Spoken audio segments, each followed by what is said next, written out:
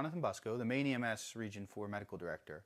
Welcome to the Maine EMS Region 4 Code Stroke Identification and Notification Protocol Rollout.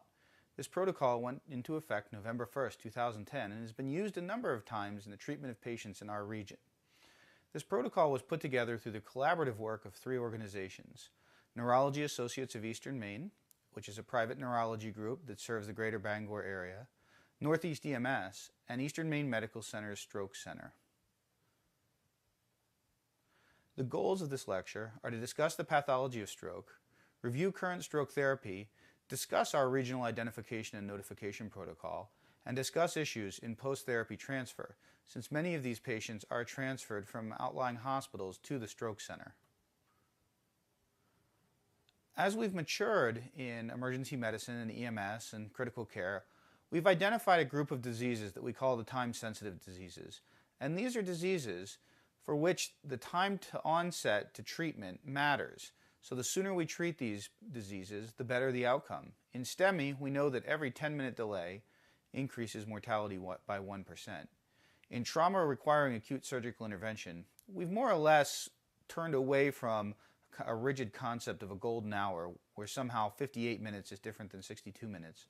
But we do know that if you have a ruptured spleen that requires surgical intervention, the sooner you get on the table, the less units of blood you'll need, the less time you spend in the ICU, and the lower your mortality. In acute ischemic stroke, as we'll discuss, we have an absolute time limit in which we can treat these patients.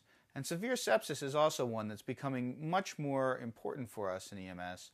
We recognize that this disease, which carries up to a 60% mortality, so 6 out of every 10 people who have this die, can be identified and treated in the pre-hospital environment. Now, when we talk about acute stroke, we're really talking about two diseases: acute occlusive or ischemic stroke, where a blood clot blocks blood flow to some part of the brain, or hemorrhagic stroke. In a hemorrhagic stroke, you get bleeding into the brain tissue itself, so interparenchymal bleeding.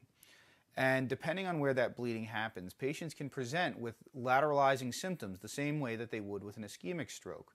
So bleeding happens in an area that affects the motor function on the left side of the body, they're going to have left-sided paralysis or weakness. Because our brain tissue does not have pain receptor nerves in it, these patients may or may not have headache. Oftentimes they'll have mental status changes, but based on history and physical exam alone, there's no way to tell the difference between an acute occlusive stroke or an acute hemorrhagic stroke. And this is very important because the treatment for acute occlusive stroke is to give clot-busting medications. And if you did that to someone with an acute hemorrhagic stroke and gave them full dose, you would more or less kill them. So you need to know the difference between the two before you treat it. There's a third group of diseases, the subarachnoid hemorrhages, which aren't really strokes, but they are intracranial catastrophes, and so they're important to note. These are patients who get bleeding, usually from a small aneurysm, in the large vessels of the brain and the large arteries. And when these rupture, the patients present with a sudden onset of the worst headache of their life. And the key here is the sudden onset and the fact that it's a headache. Many times they'll present with acute altered mental status, but it's very unusual for them to present with symptoms only on one side of the body or the other. Because the subarachnoid space has pain receptors, these are very painful events. And typically you won't confuse these for an acute stroke, which are generally painless. Now, I mentioned there were two types of stroke. Acute ischemic or occlusive stroke is probably the most important. First, it's the most common. 90% of all strokes are acute ischemic stroke. And second, it's the one for which we actually have treatment. And so we like to treat things in medicine. It's good to be able to treat things. And this is a disease that we can treat. Now, these strokes can happen either because of a clot that forms right in the vessel called a thrombus, which is less common, or from an embolus, a blood clot from somewhere else. Usually from the carotids, or think about your patients with atrial fibrillation. They make a small clot in the left atrium and they throw it up into the brain and they get an acute occlusive stroke from that. But regardless of how it happens, you get sudden blockage of a vessel, and downstream from that vessel, everything that vessel supplied suddenly loses blood flow. So you're losing about 1.9 million neurons a minute when you cut off that blood supply, but you've got a lot of extra neurons. So you really want to try to get blood flow back as quickly as possible because everything downstream from that clot has lost its blood supply. The symptoms will lateralize to the contralateral side. That is, if you have a stroke that affects the right side of your brain, you'll get symptoms on the left side of your body typically. A little different with the cranial nerves, but arms and legs, if the stroke's on the right, the symptoms will be on the left. And this is important, not so much when you're seeing the patient with the acute stroke, but when you see someone who may be having a stroke who's had a previous stroke, and they say to you, well, I had a right-sided stroke before. Does that mean it was a stroke in the right side of their brain and therefore their left-sided symptoms are old? Or does it mean that their right side was affected and now this new left-sided weakness is new? And you have to figure that out. Now, just like any other tissue that you cut the blood supply off, the tissue of the brain will eventually bleed, and the longer it goes without oxygen, the more likely it is that it's going to bleed. This is a problem too because, again, we give clot-busting medications to these patients to treat the stroke, and so the further out they are from the event, the more likely it is that they're going to have something called a hemorrhagic conversion, which is where the tissue that's ischemic suddenly starts bleeding in large amounts and you get now a hemorrhagic stroke after your treatment. And even without treatment, this happens in about 1 out of every 200 patients. Now we talk about stroke because it really matters. It's the most common cause of disability in the U.S. One person is disabled every 45 seconds. There's 700,000 new strokes a year in the U.S., and it's the third leading cause of death. When we talk about treating acute ischemic stroke, currently the treatment is thrombolytics. Now, based on the NINS trial from the mid-90s, what we found was that if you were treated within the first 90 minutes of your stroke, odds were 2.8 to 1 in favor of a better outcome than if you didn't get treated. On the other hand, if you waited to 180 minutes, odds were 1.6 to 1 in favor. So still positive, but not nearly as good. Now 2.8 to 1 isn't great. We'd like to see 10 to 1 or 15 to 1. But when we're talking about a disease where you're going to spend the rest of your life disabled versus potentially going back to the life that you had before, 2.8 to 1 is not bad odds. So based on that window, the FDA approved a 3-hour window for treatment. Now, we know that in that treatment there's a 1 to 2% risk of a clinically significant or meaningful symptomatic bleed as opposed to 0.2% in patients who aren't treated.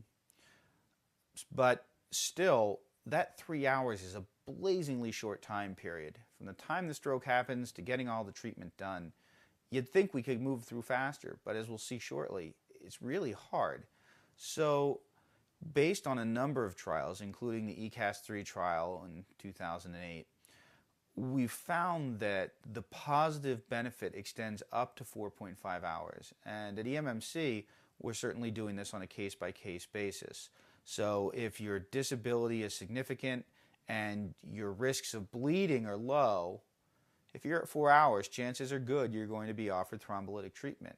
On the other hand, if you've got a lot of comorbidities and so your bleeding risk is high, and at the same time you have a fairly minor disability, one that good physical therapy or even time might resolve, chances are pretty good you're not going to be offered thrombolytics. Now, endovascular intervention, where you actually go in and take a catheter and thread it through the arteries and either squirt TPA directly on the clot, which used to be done more commonly, a lot less so now, or the clot's actually grabbed and retrieved, those can extend the window up to 24 hours for certain types of strokes. And while we're not at a point now in Maine where you can send folks to endovascular intervention at any time, Maine Medical Center has hired neurointerventionalists to do this sort of work. And I anticipate that in the next 2, 3, maybe 5 years, what we'll see is patients who are outside of their stroke window for treatment are going to be potentially referred to Maine Medical Center for this endovascular therapy. Now, once a patient shows up in the emergency department, how do we manage them? Well, first we identify our potential stroke patients through our triage system, and then we get a head CT to rule out a hemorrhagic stroke. And this is critical because if we don't have that head CT, we can't give thrombolytics. Then we do the thrombolytics checklist. We make sure there's no other contraindications. Obviously, we get consent and we administer the thrombolytics. If a patient is not at a stroke center, that hospital has to make a choice. Do they admit the patient, or do they transfer them to the stroke center? And there's a number of factors that go into that. The major one is the availability of resources, one, to prevent aspiration pneumonias, which is the patient's highest risk in the first few days after they've had their stroke. And then furthermore, do you have people who are capable of working with the patient to do the physical therapy and occupational therapy they're going to need?